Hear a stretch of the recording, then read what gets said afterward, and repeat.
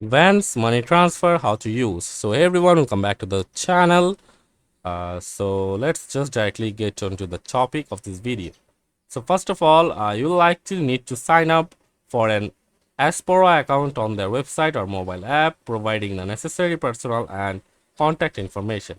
After that, you will then need to provide the recipient's details, including their name, address, and bank account information, or other details depending on the chosen transfer method.